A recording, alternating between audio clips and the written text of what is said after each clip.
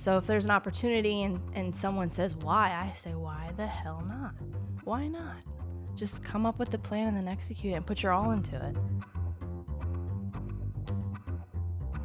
This is Catalyst, the stories behind the people building a better York. Welcome to Catalyst. I'm Rebecca Hanlon of Our York Media, and later on today we'll be chatting with Toni Calderone of O.N.E Hospitality. We'll talk to her about her ties to York's godfather of pizza, what it's like to double down to make payroll, and how she overcomes impostor syndrome to stand on her own. Before we get into that, here's a quick story about a York College student making a difference in York, brought to you by our title sponsor, York College of Pennsylvania's Center for Community Engagement.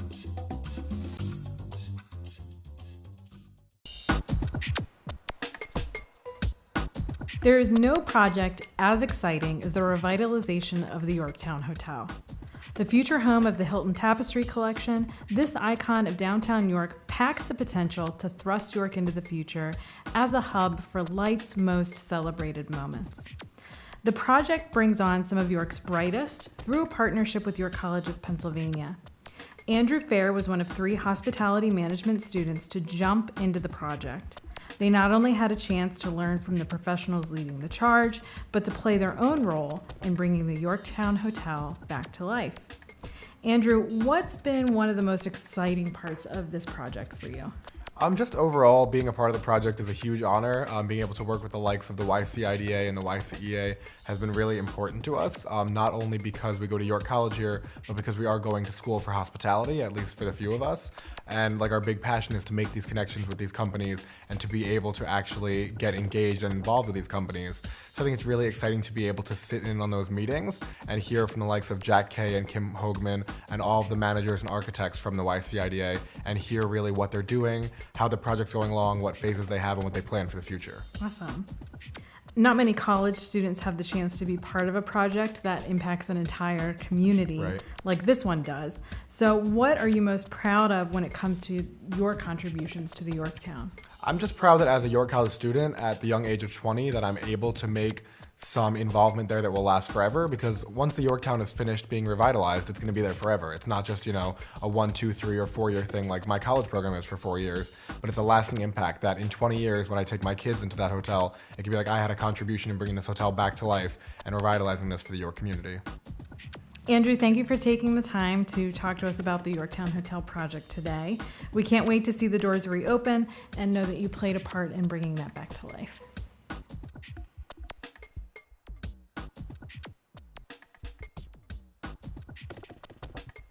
This season of Catalyst is supported by Stock & Leader Attorneys at Law. At Stock & Leader, our attorneys provide more than legal advice. We provide first-to-know expertise and a client-centered service through a collaborative team approach. We're more than your lawyers. We're your complete resource for legal insight and your partner for a fast-paced, changing world. When decisions matter, Stock & Leader.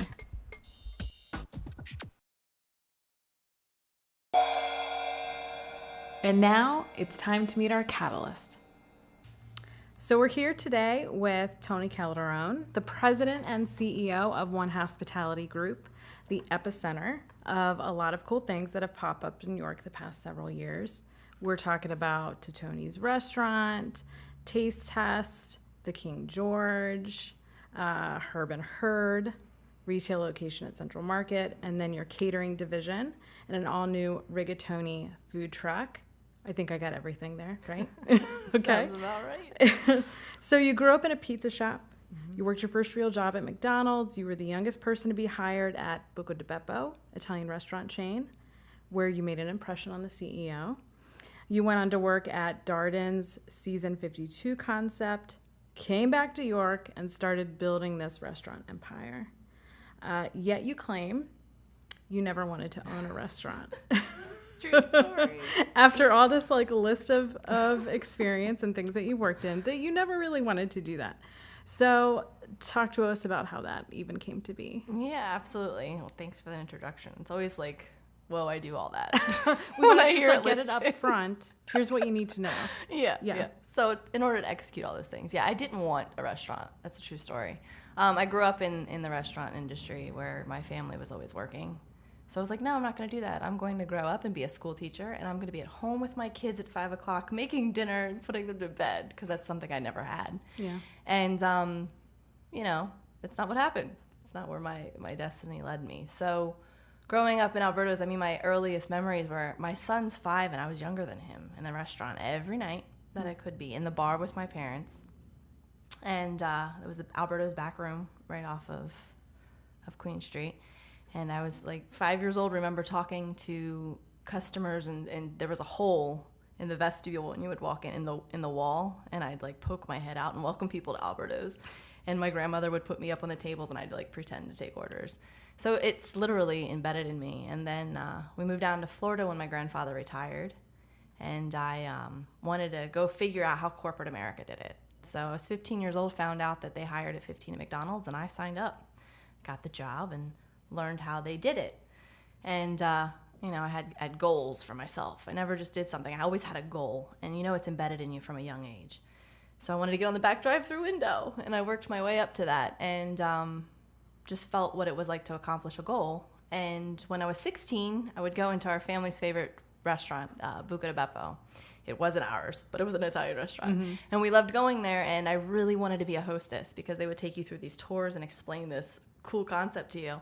And they wouldn't hire under 18, and I was like, wait a minute, McDonald's hired me at 15, why won't you hire me? So I wrote a letter to corporate every week for about 3 months until they finally hired me.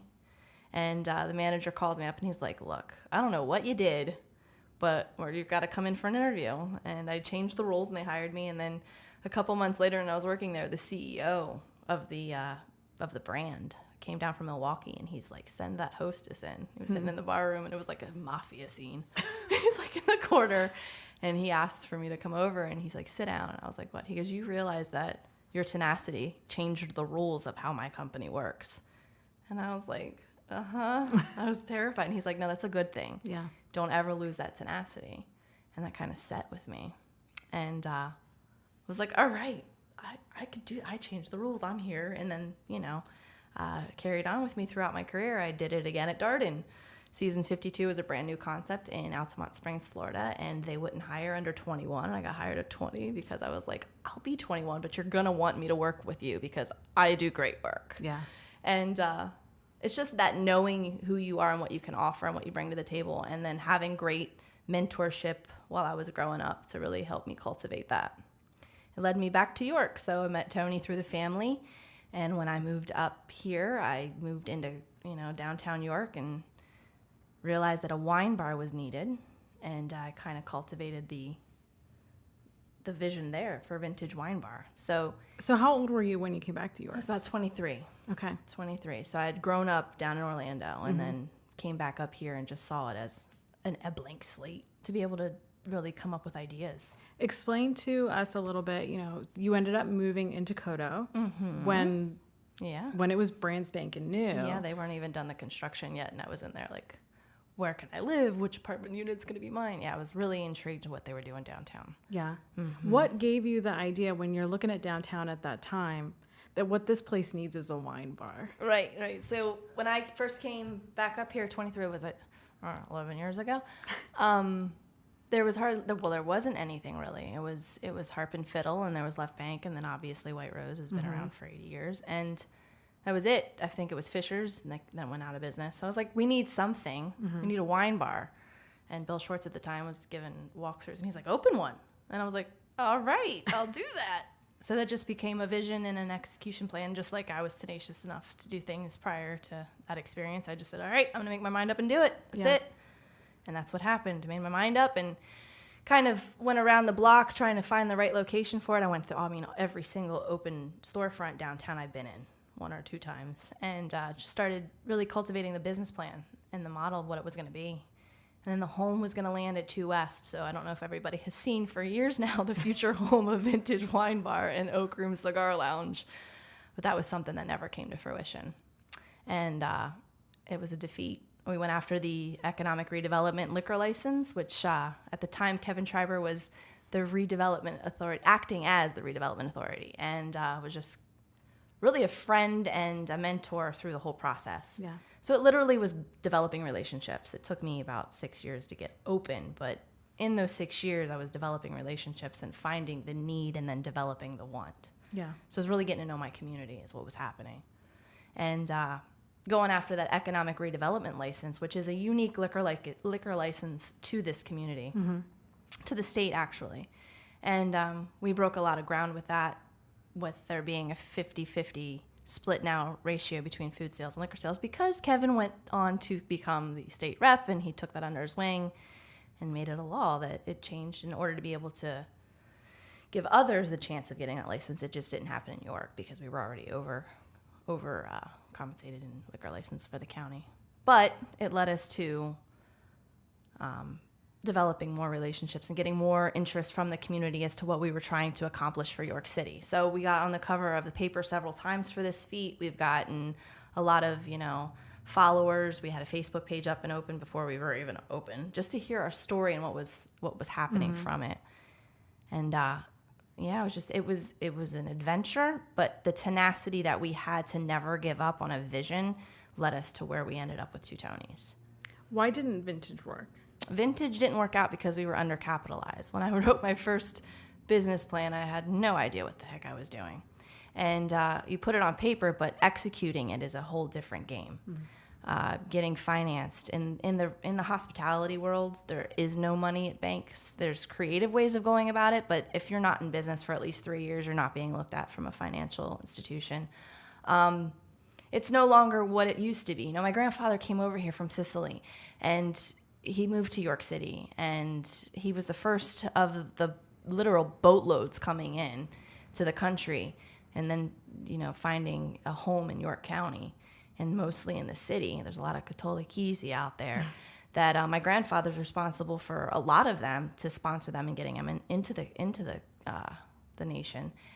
And when he wanted to open up a pizza shop, like he went up to New York, he learned the business, and then he brought it down and he opened up a pizza shop. He put, a couple $100 together, and they made it happen.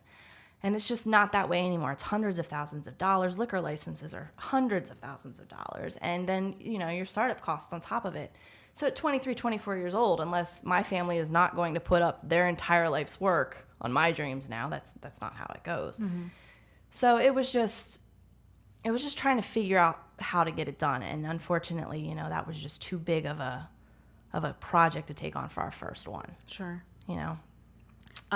People might remember the sign on North George before Toni's was in that space, the I'm changing sign. Yeah. The young lady in a towel. Yeah, people thought that was me. I'm like, no. Nope. What were some of the early challenges that you had? You talked about like the getting bank support is impossible unless you've been in business that long. It's just not the way it used to be. Mm-hmm. What were some of the other challenges that you faced in going through that transition where that sign became your window and your storefront now instead of that changing sign? Right. It's pretty cool to look back on it. I mean, it was vacant for a while, and we're fortunate enough that in this town, it's very old and a space has been something 6, 7, 8, 9 times before it gets to you. Mm-hmm. Well, thank God, our space was an Italian restaurant, so it worked for us. And it went from a vision of a wine bar now to a full-fledged Italian restaurant, because there wasn't one downtown besides Sam and Toni's, but I mean, there wasn't one that we were trying to execute. My vision for this town is not to do something that all of the Italians before us are doing great. I didn't want to create competition for that. I wanted to do something that's completely unique to the area, to work together. So we wanted to do scratch pastas. We wanted to do what the old country taught my family as far as my heritage goes, and just bring it to locally inspired, fresh ingredients. And the rustic feel of what our menu was met up with what the rustic feel that Sal had done in that building with his architecture. He built everything by hand. And he was open for a short stint with the Coliseo, and then he was vacant for about 2 years before we were able to take it over. It was leased by someone else, and then when that lease let up, we were all over it. And we were BYOB, so we kind of had to make it happen, whatever it was going to take to let our dream come true. We had those wine systems in our basement for a very long time before we even opened our bar. Yeah. And we just knew that we were going to get to that point, and it just took a lot of work to get there. What kept you open over those hurdles? How did you keep going? Funny story. So like I mentioned, it was hard down in downtown being, one of two, and the ones that were already on the block have been there for years and years and years Right. and years. So if you're a new kid on the block, you have to know your community. You have to realize who you're serving and anything it takes to get their business and then keep their business. I heard, I listened, and I wanted to make something happen for that experience. Unfortunately, without booze, it was a lot harder to keep the overhead going. So, funny story, my father is actually a professional blackjack player, so I grew up going to the most phenomenal places and experiencing a lot of the finer restaurants. And I also took that perk and asked him to double down our money at the end of the week, and he would take it to the casino over the weekend, and we would be able to pay payroll one more time. And that would go on for months at a time until we were able to build the brand. And from that, we had a lot of followers and a lot of believers. And to get open, I didn't explain how we got open, but I had a family friend, and then I had a family member put their money together, and we opened up with pennies. And I did some minor renovations, and I didn't have the working capital that I needed in order to get through those slow months. And again, it was just my tenacity. Just get it open. I'll figure it out later. And it might have to do with being a blackjack player's daughter or not, but you go for broke, and you put your whole heart and soul into it. And if you're lucky enough, your community believes in you and they keep supporting it, which is what I found with my grandfather. This town has been great to my family for 3 generations now. My cousin's running the Alberto's out in Spry.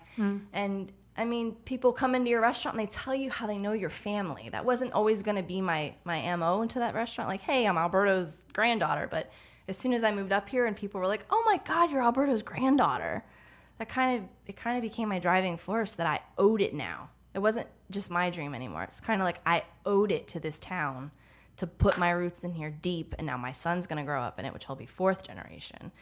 And it feeds back into that whole York mentality of the town grows deep with roots and community, and it's 2 degrees of separation, and they want to see cool things happen, and they want to hear your story. They want to see your vision, and then they want to be part of it. How did that family experience influence you? When you're in there every day and you're working it, how did you have this history of being this, you had these Italian restaurant roots in York, even though you spent a lot of your life in Florida, that was a big part of who you were. How did that influence you in the day-to-day of what you were doing in the restaurant? Right. So, I mean, a big part of it is I'm a mommy now too, right? And my son was 6 months old, and I passed him on to my nanny to help raise him, and then my parents, and I go all in. I'm all in helping cultivate my first baby, and owing what I know to the future of the town. And not only to the town, I have bigger plans on what I'm developing with behind Taste Test and why Taste Test came to fruition. I'm fortunate enough that I've had family develop those roots for me. Everybody isn't fortunate enough, especially nowadays, to have that continuing generational story and legacy being built. So it's hard to express how important it means to me to be able to start something, grow something, and own something in a city that was so good to my family. So when I go to work every day, when I keep working harder and harder, it's not just for what my family did for me and left behind for me, but it's also for what I can do for people coming up in the game. So like what I've learned by support and what I've learned by mentorship by everybody who's involved in this town, I can help to spread that to people coming through Taste Test. Maybe you can't get financing the conventional way, but I'm working on something to help you out there. So I mean, it started here for me, and it'll go bigger here for me when things come down the pipeline with what I have developing with Taste Test and the end game for that. You have all these things that you're constantly working on here just to run a business and have the many things that you have going on. But when you take the time to kind of look back at that legacy that your grandparents built, when you have a moment where you're finally not, running around just trying to keep everything going, how do you correlate that with them? How do you kind of resonate that in your personal life? Yeah, so it's been hard for me over the last couple of years because I wasn't able to, even though my grandfather was around when I was starting this, he was starting to get early onset dementia, and I would want to go to him and be like, hey, do you remember this? Do you remember that? And, he wouldn't remember. So I'd try to find different creative ways in order to help him see what I was doing, And my grandmother, she's still sharper than the chef's knife. She has Parkinson's, so she can't come up here. But thank God for things like Facebook and those outlets, media outlets, where I could be like, hey, look what I'm doing up here. And she's just so proud. And they never thought that, any of their grandkids would do that up here because they thought they were done up here. So when it hits a nerve because I would really have liked to let my grandfather see it because he started Alberto's, It was the first pizza shop. And then from that, all the other ones started opening. And for instance, I went to lunch when I first moved up here at my last job. And we went to Moonlight Cafe, and Vito Renda was running it at the time. And he walks up to me, and he's like, "Yeah, you're Alberto's granddaughter." I said, "Yeah." He goes to the gentleman that I was at lunch with. He says, "You're in the presence of the godfather of pizza. This is his granddaughter. We owe everything to her grandfather, or we wouldn't be here because he would sponsor all of these Italians to come to this town and be able to start their lives." So that's huge pressure for me, but also so much pride. Yeah. And I didn't hear any of that in Florida. And I come up here and I meet the people, I feed the people, and I see the people and know the people who this happened for. And then they're generally like, I'm hanging out with their grandkids and hearing, "Oh yeah, your grandfather." And I don't know, it's a unique story behind a restaurant. Mm-hmm. But I believe that community is so much more than that. Coming together and supporting can bring you so much farther together than it could alone. And that's exactly why I named my company O.N.E Hospitality. So it's the last 3 letters of our last name, but it's also the meaning of together as one. We're stronger as a community than we are individually. So each concept under that brand supports each other. Mm-hmm. And Two Toni's being the forefront of all of that. I've heard, why don't you sell your pasta? So we came up with Urban Herd. We want Italian meats and cheeses again. So this is like our little tiny way of starting because I do things small and then I focus on them. So Urban Herd's in a small way at Central Market, and we're starting to see that there's a need for it. King George was a small way in my basement to see if there's a nightlife around for York City. So we're cultivating it. And then Taste Test is a way to help other, cooks and home chefs want to live their dream and see if they want to dedicate the 15 hours of their time before they go into an empty storefront and dedicate their entire life to it. Right. On a trampoline rather than, if they get catapulted into the community rather than falling and crashing and burning because it's a people business, 100%. You'll never change the hospitality industry. It's 100% a people business. Mm-hmm. And your product just happens to be food. And I take that very seriously. My conference table is everybody's dinner table. So I take that and I cultivate ideas, and then I'm fortunate enough to be able to develop teams to help execute them. It's not all me. I'm not doing all these things by myself, but together we're able to do more, an abundance of change in a city that, wants it, warrants it, needs it. You have all these different concepts that have come together, and more ideas continue to come, I know, but in Toni's and in Taste Test and the things that you do you think you've done what you've wanted to for York? Oh, that's a big question. I feel like I'm humbled enough and gracious enough to be able to come up with ideas and be able to do them and try them and test them and have such a supportive community to kind of figure out which ones will stay and which ones will go. Mm-hmm. Do I feel like I've done all I wanted to for York? Not yet. I feel like I'm just getting started. I try not to scare people with how big my dreams are, but I have this vision and this execution plan of creating something so unique for the restaurant and hospitality world and how financing is done because of my trials and tribulations that I had to go through in order to get where I'm at, and the tenacity that I was fortunate enough to have good mentors to cultivate that instead of scare that away. What I am trying to do with Taste Test is starting in York, and we're going to work on bringing it to other locations like York. That big cities are overdone. Two Toni's in Orlando would be, big deal. Give me the next thing. I mean, it's the land of Disney World. Like, you can't compete. But up here, if you really get to know your audience, there's opportunity. And same thing of little towns all over the country. That's how this country was founded. You know what I mean? Mm-hmm. Little small towns that grew into big conglomerates. So my thing is corporate America's coming in and tarnishing all of that. You go to the same town across the entire nation, it's the same 5 restaurants you see, and it's ridiculous. They just keep getting more and more money and more, watered down. It's not real food.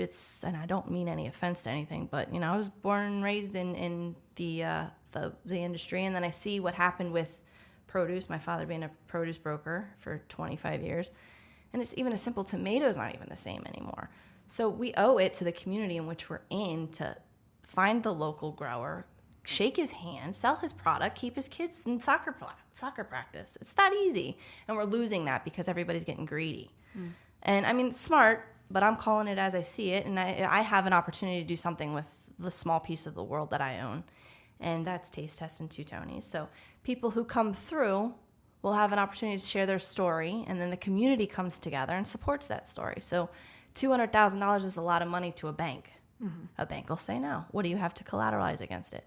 $200,000 spread throughout the community in order to see your favorite taco restaurant open up, and now you can go eat your favorite tacos and then see a return on those tacos is huge. So it's something that's being done in different industries, such as the gaming world or the movie world, but it's not being done in the food world and the hospitality world. And that's something you can get instant gratification on. So this is something I've been formulating with my family for 15 years, and it's something that I've kind of just taken over as my own and running with it. So Taste Test was its first incubator of incubators to be able to execute that plan. So what I've learned and what I've grown up with and what I have had instilled in me generations deep, I want to share that in a bigger way by allowing the American dream to come back, by allowing the person who says, I really want to open a restaurant, not have to go through all of the hurdles that everybody else tells them they have to go through. Sell the community in which you're building in. Yeah. Tell your story, prove yourself, and then be invested in. Part of your story, when you and I have talked, otherwise you've mentioned that, you first came back to York from Florida. You felt like you had to use your family ties as a foot in the door. Yes. That was the story that you used to help you kind of get that footholding. Do you feel like now that you can stand on your own, do you still have that foot in the door? I feel like I go through this thing called impostor syndrome all the time. My family was kind of like my security blanket. Okay, I've got the cosign. I get to start 10 feet ahead than where I was going to start, which has helped. And it's given me the confidence in the college that I had to go through the last 5 years in order to become my own developed business owner. I'm always learning every single second of every single day. My confidence builds with everything that I accomplish, the difference it makes in people's lives, like having a rehearsal dinner or sharing big events in people's lives. Like they had confidence in me. I better have confidence in me at this point. And it's mind-blowing from day to day to be able to see your reservations build and people wanting to spend their evenings with you. I take that very seriously. And now that, I was two Tonys for a long time. We still are Toni and Toni, but the marriage part failed, but our partnership is very strong. And it was coming on my own too, because everybody always assumed it was both of us, and I'm always at the forefront. And, finding your footing and speaking for women out there who, are in marriages and they're strong together, and then also trying to find my own voice in all of it. And now trying to find a voice for all of my taste testers. And being in an industry where there's only 2% of female restaurateurs, I've got big shoes to fill. Yeah. Which is why I always choose high heels. If I'm going to get it done, I'm going to be 6 inches taller. It works. Yeah, 5'3", so I got to feel a little big for my britches. No, but I wouldn't want to build and develop my plan or my dream and my day-to-day life's work anywhere else but York. Yeah. It's more meaningful. It's absolutely the reason. My son's at York Academy, and we live, breathe, eat, sweat York City. So if there's an opportunity and someone says, why? I say, why the hell not? Why not? Just come up with the plan and then execute it and put your all into it. And it's flattering to see, other restaurateurs come downtown and want to start up based on the fact that they see all this foot traffic and this experience that's happening downtown. They want to be part of it. Awesome. We need 20 more. We need 30 more. We want to be a thriving downtown community. And the fact that, I just jumped, I just went for it. I couldn't tell you how many people told me not to do it in New York City when I was starting Two Tonys. Yeah. Why would you go down there? There's nothing down there. That's exactly why you go down there. Because you want more people to come. You want more things to happen. And food brings that together faster than anything. So I'm going to put my neck out there and I'm going to do it. We're just going to do it. We're going to figure it out. I don't know how. We'll take the money to the tables, but we're going to figure it out. Yeah. And I think if you have that attitude, it just gets you far. No matter what it is. It could be anything. Right? And it's happened. You're seeing that. I am. Yeah. I'm seeing that. Yep. Well, Toni, thank you for coming to sit with us today and share a little bit of the background behind your story. Really appreciate that you've opened that up for us and given us that background. Thank you. It's a huge honor to be here. I love what you guys are doing. And to be considered a catalyst, I don't know if I believe that yet, but it's exciting to think that I could play with the people that you've interviewed so far. Well, we know Appreciate that it. you have other things in the works and there's more to come. So everybody can keep an eye out for that. Yeah, I would love that. Thank you so much. Thanks. Appreciate it. If you want to check out more episodes of Catalyst, visit ouryorkmedia.com/catalyst for show notes and more. Thanks so much for listening. Please subscribe at Apple Podcasts or wherever you get your podcasts, and bonus points for leaving a review. This project was funded in part by the York Social Venture Challenge grant from the York County Community Foundation. Our title sponsor is York College of Pennsylvania Center for Community Engagement, with support from Stock and Leader Attorneys at Law. This show is produced by Will Hanlon and Caleb Robertson. I'm Rebecca Hanlon, and you've been listening to Catalyst from Our York Media.